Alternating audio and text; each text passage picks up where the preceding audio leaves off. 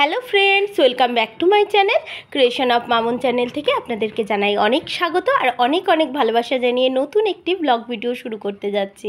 আজকে বন্ধুরা রাস্তার থেকেই ভিডিওটা শুরু করলাম, মেয়েদের নিয়ে আসছি। আসার পথে, যাওয়ার পথেও করিনি বন্ধুরা। আজকে যে পরিমাণ বৃষ্টি হয়েছে আমাদের এখানে, সকালবেলাও বৃষ্টি হচ্ছিল, তা মোবাইলটা নিয়ে যায়নি, এই জন্য আর ব্লগ করার হয়নি।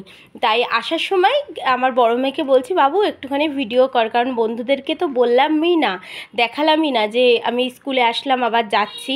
এই যে স্কুল থেকে বাড়ি এসে ফ্রিজে ছিল হচ্ছে মুরগির মাংস, বের করলাম, বের করে এই যে এবারটা মুরগির রোস্ট রান্না করব, আর ভাত, আর কিচ্ছু না বন্ধুরা। তাই আপনাদেরকে একটু দেখাচ্ছি যে আমি কিভাবে মুরগির রোস্ট রান্না করি।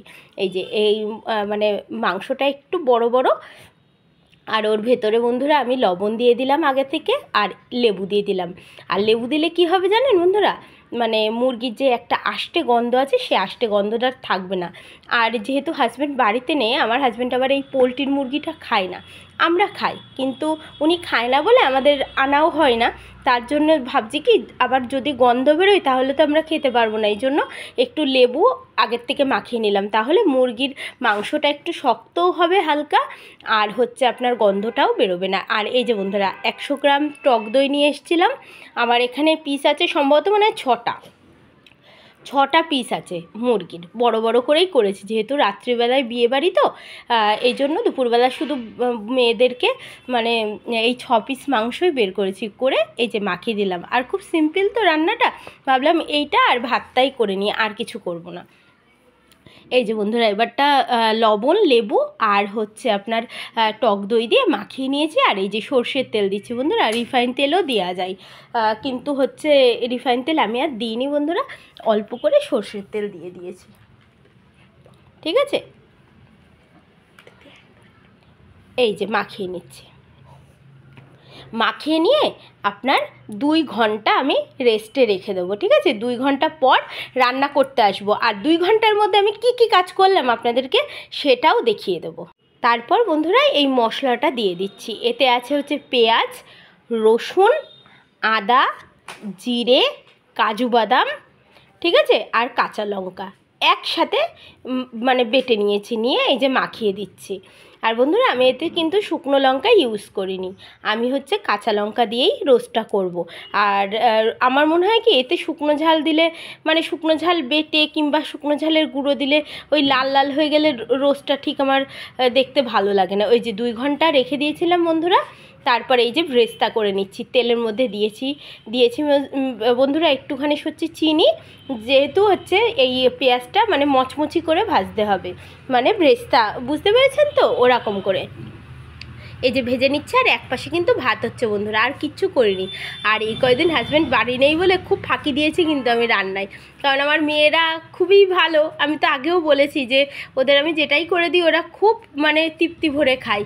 এই জন্যে, মা আমাদেরকে এটা করে দিতে হবে না, তুমি এটা করো, এটা দিয়েই ভাত খাবো, আমি ওদের পছন্দ মতোই করেছি। আর ভ্রেস্তাটা আমার ভাজা হয়ে গেছে বন্ধুরা, এই যে তেলের মধ্যে আমি আর একটু ঘি দিয়ে দিচ্ছি, এবার একবারে বসিয়ে দেবো। দেখুন বন্ধুরা,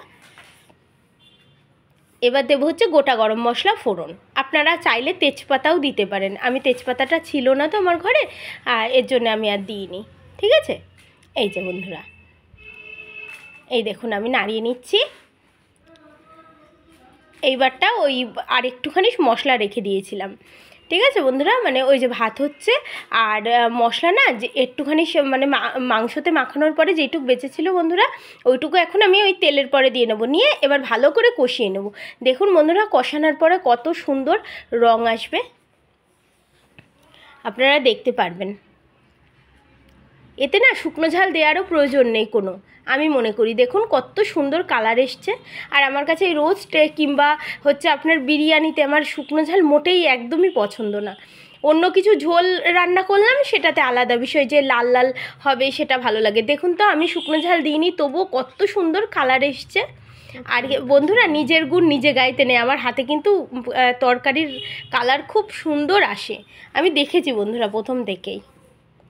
এই দেখুন বন্ধুরা, এই দেখুন এবারটা আমি না একটু ঢেকে দিয়েছিলাম ওই সেই সময়টাই, ঠিক আছে। আর এই যে বন্ধুরা ঠাকুর ঘরটা দেখিয়ে দিচ্ছি, সুন্দর করে পরিষ্কার পরিচ্ছন্ন করে রেখে দিয়েছি বন্ধুরা।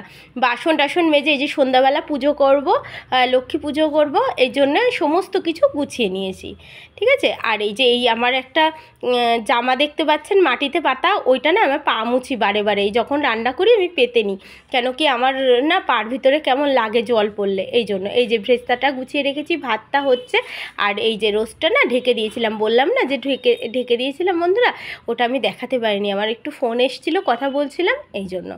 এই যে ওতে আমি কাঁচা ঝালও কয়টা দিয়ে দিয়েছি। আর এই যে ভালো করে এবারটা কষিয়ে নিতে হবে। আর এই দেখুন বন্ধুরা, আপনাদের বলছিলাম না যে ওই যে 2 ঘন্টা রেস্টে রেখে আমি কত কিছু কাজ করে নিয়েছি, বিছানা, এই ঘর ওই ঘর সব গুছিয়ে নিয়েছি, বারান্দা টারান্দা। আর এই যে বন্ধুরা আমার মানে চিকেন রোস্টটা রেডি, আর ওর উপর দিয়ে আমি ভ্রেস্তা ছড়িয়ে দিয়েছি। আপনাদের যদি ভালো লাগে আপনারা আমাকে কমেন্ট করবেন, আরও সুন্দর করে আমি এটা দেখিয়ে দেবো।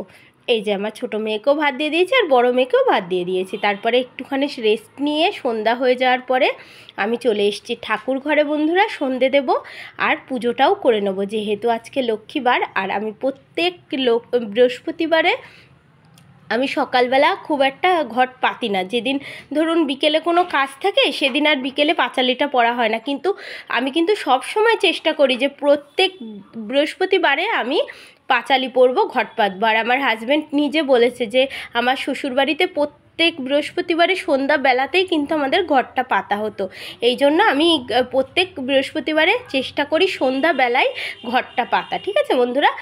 সারাদিন যেমন পুজো দিই কিন্তু সন্ধ্যাবেলায় পাতি। এই যে বন্ধুরা আমার ঘরটাও মানে সুন্দর করে গোছানো হয়ে গেছে। এই যে ভগবানের এখানে দিয়ে দিচ্ছি, আর ক্যামেরাটা নড়ছে বন্ধুরা, আপনারা কিছু মনে করবেন না, আমার ছোট মেয়ে খুবই চঞ্চল, ওই আমাকে ক্যামেরা করে দিচ্ছে। আর এই তারপরে আমার খুব রাগ হয়ে গেছে, বাবু কি একটা করেছিস হচ্ছে ভিডিও, যে হচ্ছে ব্যাকা হয়ে গেল, তারপরেও দিয়ে দিলাম, ঠিক আছে বন্ধুরা। আর এই যে আমি পাঁচালি পরে নিচ্ছি, এই যে হাতে দুর্বা, এইবার আমি পাঁচালিটা পরে নিয়ে ভগবানের পুজো করে নেব বন্ধুরা, ঠিক আছে। আর পুজো করার পরেই আপনারা দেখতে পারবেন যে আমি কোথায় যাচ্ছি, কি করছি। এই যে পুজো করে নিচ্ছি, আর এই পুজো করতে করতে আমার 2 মেয়ে গন্ডগোল করছে কি নিয়ে একটা, আমারও মাথা গরম হয়ে গেছে। আমি পুজো করছি এখন, এমন কেন করিস হ্যাঁ সব সময়, ঠিক আছে। আমার এই পুজো করার সময় কেউ কথা বললে ভীষণ রাগ হয়ে যায়, ফোন আসলে রাগ হয়ে যায়, আমি বলি যে আমি এখন ফোনে কথা বলবো না, হচ্ছে আমি আগে পুজো করে নেব, ঠিক আছে বন্ধুরা। তাহলে ভগবানকে বলি আপনারা সবাই ভালো থাকুন, সুস্থ থাকুন বন্ধুরা। আমার ভিডিওটা যদি আপনাদের ভালো লাগে, ভিডিওগুলো আপনারা আমাকে সাবস্ক্রাইব করে আমার পাশে থাকবেন বন্ধুরা, একটা লাইক কমেন্ট শেয়ার করে আমার বন্ধু হবেন, ঠিক আছে বন্ধুরা। আমি কিন্তু হাউসওয়াইফ, প্রথম থেকেই বলেছি আমার সংসারে যেমন আমি তেমনই আপনাদের সাথে শেয়ার করব, ঠিক আছে বন্ধুরা। আর আপনারা না দেখলে মানে দেখবেটা কে, আপনারাই তো ভিডিওটা দেখবেন, আপনারাই তো আমাদের ভগবান, তাই না। এই যে আমি এবার পুজো করার পরে বন্ধুরা তারপরে চা খেয়ে নিয়েছি, কিন্তু চাটা আমি শেয়ার করতে পারিনি, যেহেতু এক জায়গায় যাব, খুবই তাড়াহুড়োর মধ্যে রয়েছি বন্ধুরা আমরা, ঠিক আছে। আর এই যে বেরিয়েও পড়েছি সাজুগুজু করে, সুন্দর করে একটা আমার মেজদিদির দেওয়া নতুন একটা শাড়ি পরে আমি হচ্ছে বিয়েবাড়িতে যাচ্ছি, ঠিক আছে। আমি আগে কখনো পরিনি শাড়িটা, আমাকে পুজোর সময় গিফট করেছে আমার মেজদি, সেটা পরেই আমি বিয়েবাড়ি, এই আপনারা মানে আমি যাচ্ছি হেঁটে, আমার বড় মেয়ে ভিডিও করেছে, আপনারা দেখতে পারবেন, ঠিক আছে। এই যে বিয়েবাড়ির প্রথম, এই যে আমি যাচ্ছি, আর থাম্বনেলেও দিয়ে দেবো আমার এই শাড়িটা, মানে আমি মানে আমার এই ছবিটা আপনারা দেখে বলবেন শাড়িটা কেমন লাগলো, ঠিক আছে। আর এই যে বিয়েবাড়ির মধ্যে বেশিক্ষণ আমি ভিডিও করতে পারিনি, এই যে আমরা খাচ্ছি খাসির মাংস আর পোলাও।